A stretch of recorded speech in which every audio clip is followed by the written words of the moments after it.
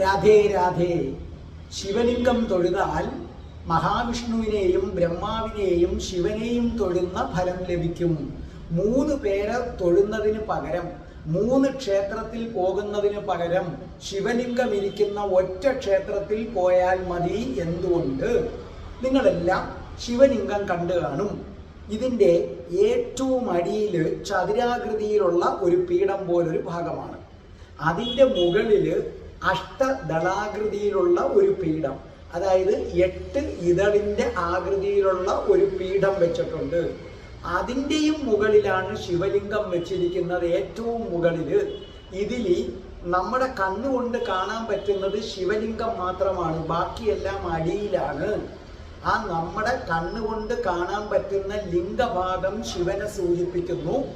അതിൻ്റെ അടിയിലുള്ള 8 ദളത്തിൻ്റെ ആകൃതിയിലുള്ള പീഠഭാഗം അത് വിഷ്ണു പൂജ ചെയ്ത് വിഷ്ണുവിനെ ആവാഹിച്ചിരിക്കുകയാണ്. അത് മഹാവിഷ്ണുവിനെയാണ് സൂചിപ്പിക്കുന്നത്. അതിൻ്റെ അടിയിലുള്ള ചതുരഭാഗം അത് ബ്രഹ്മാവിൻ്റെ മന്ത്രം ചൊല്ലി ബ്രഹ്മാവിനെയാണ് ആവാഹിച്ചു വച്ചിരിക്കുന്നത്. അപ്പൊ ഏറ്റവും അടിയിലുള്ള ചതുരഭാഗം ബ്രഹ്മാവിനെ സൂചിപ്പിക്കുന്നു. അപ്പൊ ചതുരഭാഗം ബ്രഹ്മാവിൻ്റെ ശക്തിയാണ്. പീഠഭാഗം 8 ദളമുള്ള പീഠം മഹാവിഷ്ണുവിൻ്റെ ശക്തിയെ ആവാഹിച്ചിരിക്കുന്നു. അതിൻ്റെ മുകളിലായിട്ട് ശിവലിംഗം. നമ്മൾ കാണുന്നത് ശിവലിംഗം മാത്രം. അതുകൊണ്ട് ശിവക്ഷേത്രത്തിൽ ത്രിമൂർത്തി ചൈതന്യം കുടികൊള്ളുന്നു എന്ന് മനസ്സിലാക്കുക. എല്ലാ ശിവക്ഷേത്രത്തിലും ത്രിമൂർത്തി ചൈതന്യം കുടികൊള്ളുന്നു.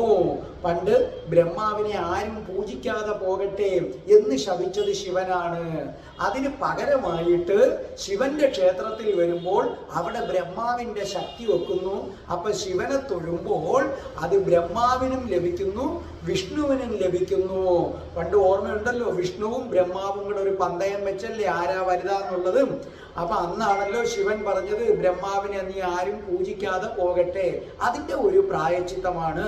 അപ്പൊ ശിവക്ഷേത്രത്തിൽ പോവുക, ശിവലിംഗം തൊഴുക.